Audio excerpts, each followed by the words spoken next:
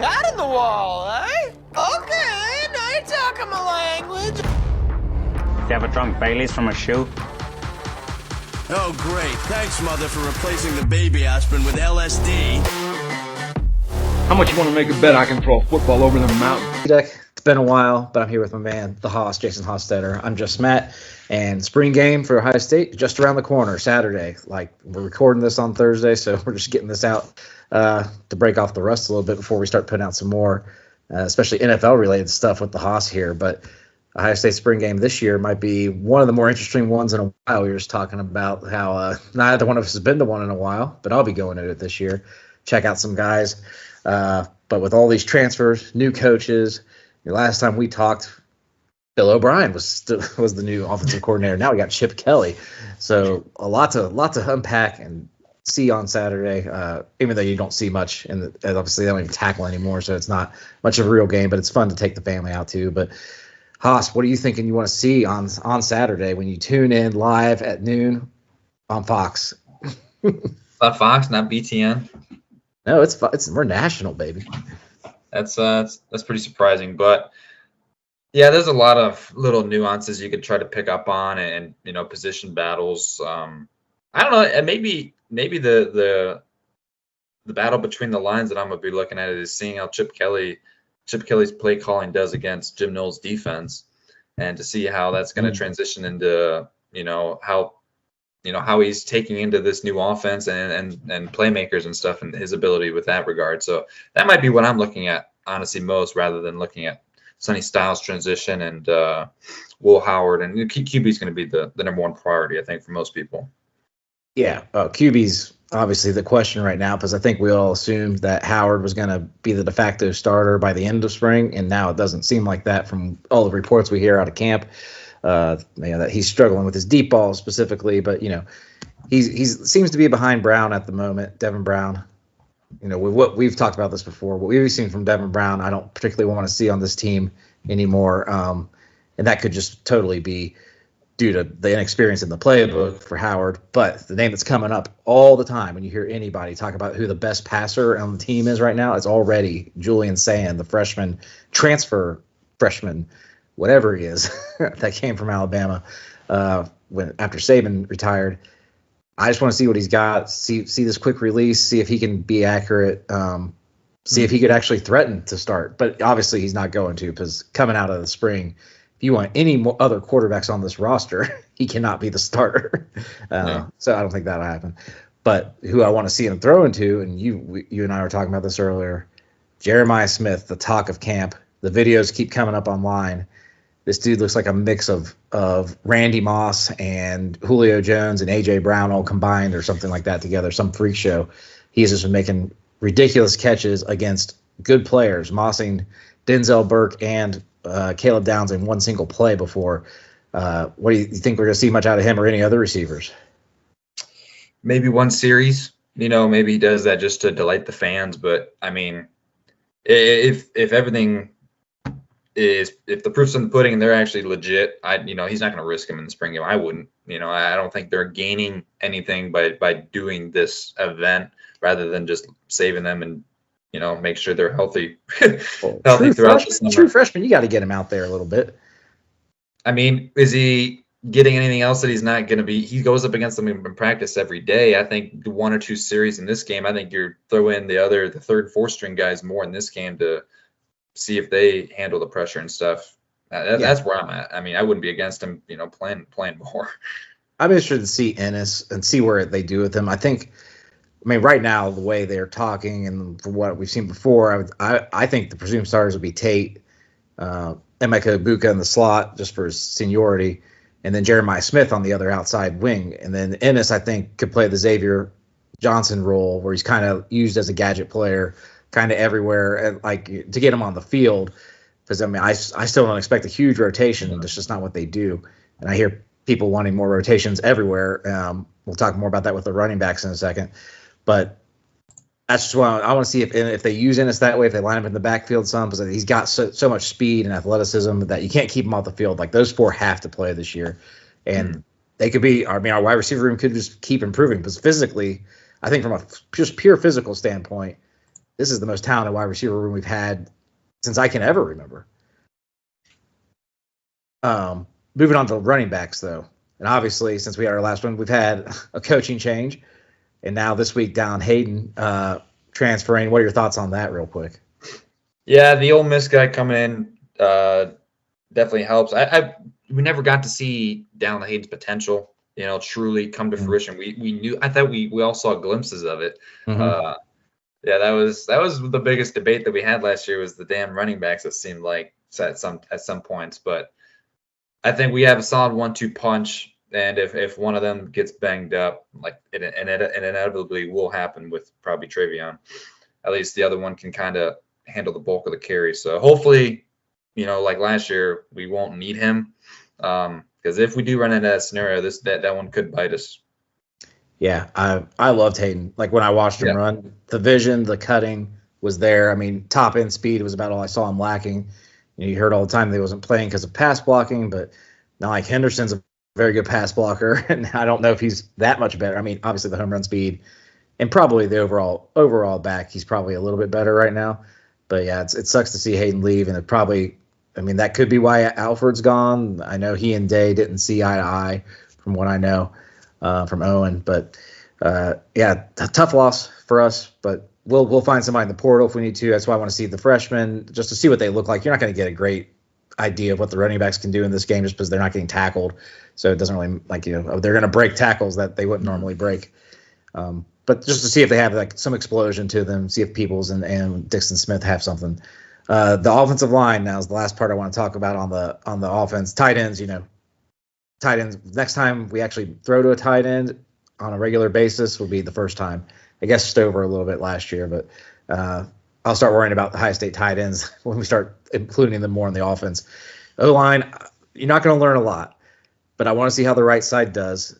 Day was talking today and sounds like it's not set in stone that they may look in the portal for a right guard specifically, which kind of surprised me that Montgomery hasn't quite taken that over, although I'd like to see him at tackle and see Josh Fryer move in there because I think he's a more natural guard, and that's what he's going to be playing in the league.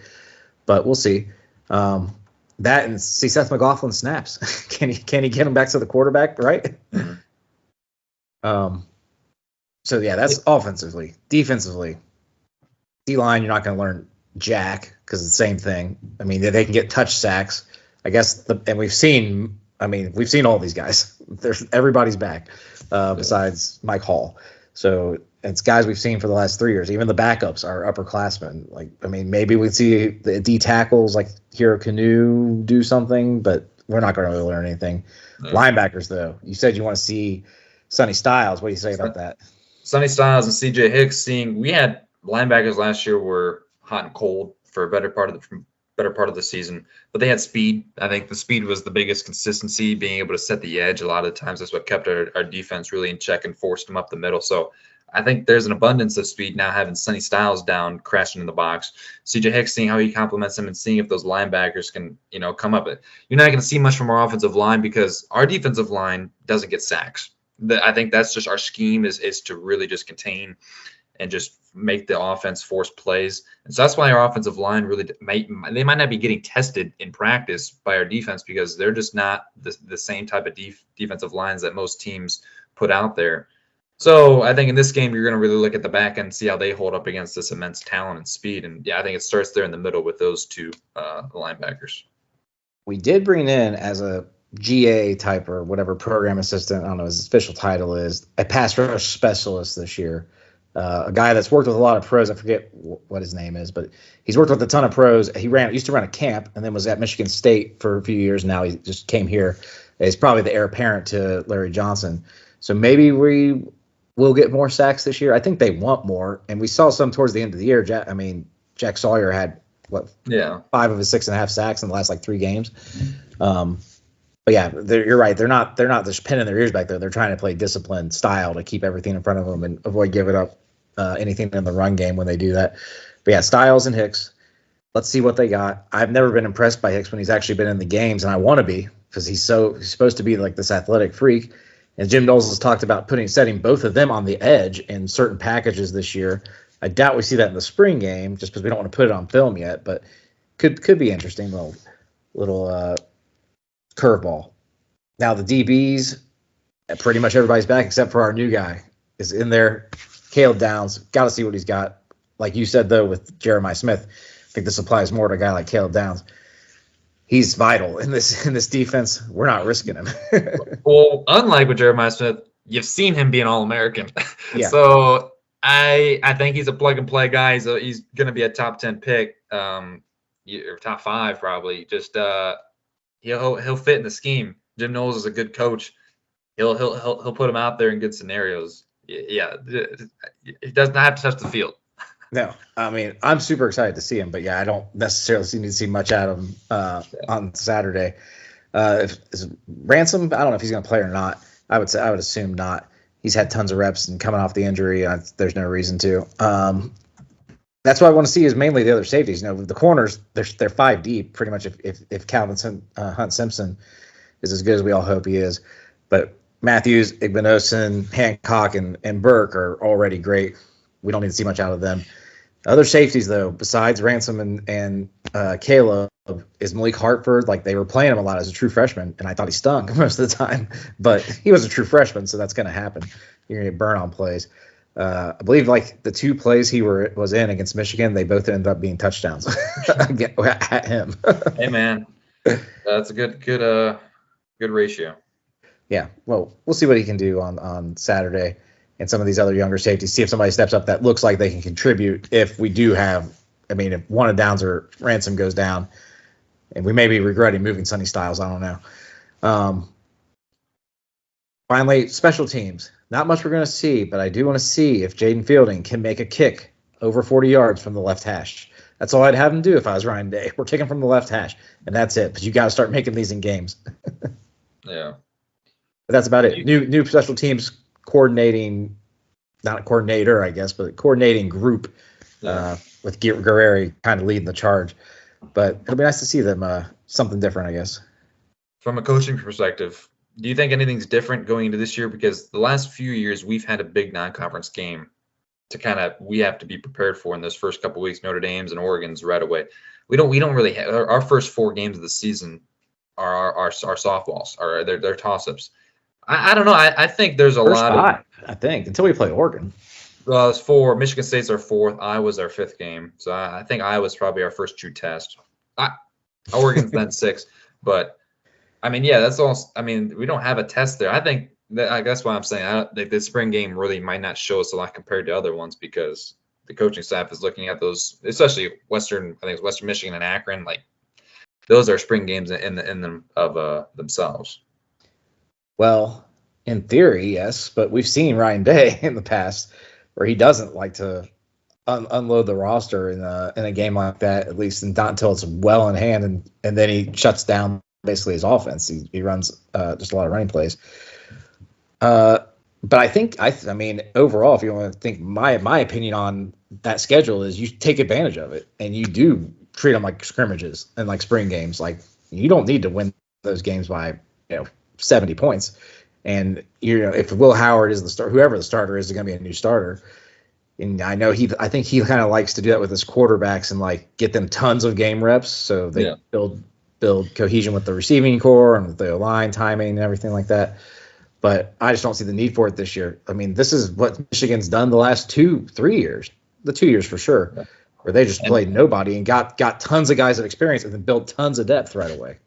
And you have a 12-team playoff too, so you're not needing to blow out teams by 70 points. Unless if we're on that bubble, then who gives a crap already, Yeah, it means we lost twice and we don't deserve to be there. Yeah.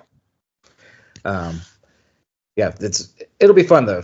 Great atmosphere. I think they've already sold over 50,000 tickets, they said, and usually there's about I'd say there's probably about 70, 75,000 people there, but it's going to be great weather, 65 degrees. Everybody should go out, check out the team, and we'll have a little report after that to kind of, I guess we'll wait until after people have hit the transport portal. Joining down Hayden right now is estimated another 7 guys from Buckeye beat writers that are going to hit the portal. I imagine quarterbacks will be in there, at least 1, maybe 2. Right now, sounds like I'm not hearing much about Aaron Nolan. You think he sticks around if he's already seeing that Julian Saint's that much better? Well, yeah. I mean, if it's black and white between them, then yeah, I think he would be the smarter person and dip out of there. But Jason, it literally is. I'm just.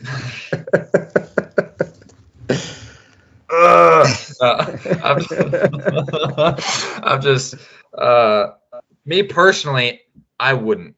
Unless if you're transferring into a high caliber program where the coach, like God forbid, Lincoln Riley is saying, "Hey, please come to me. You could be my starter year one."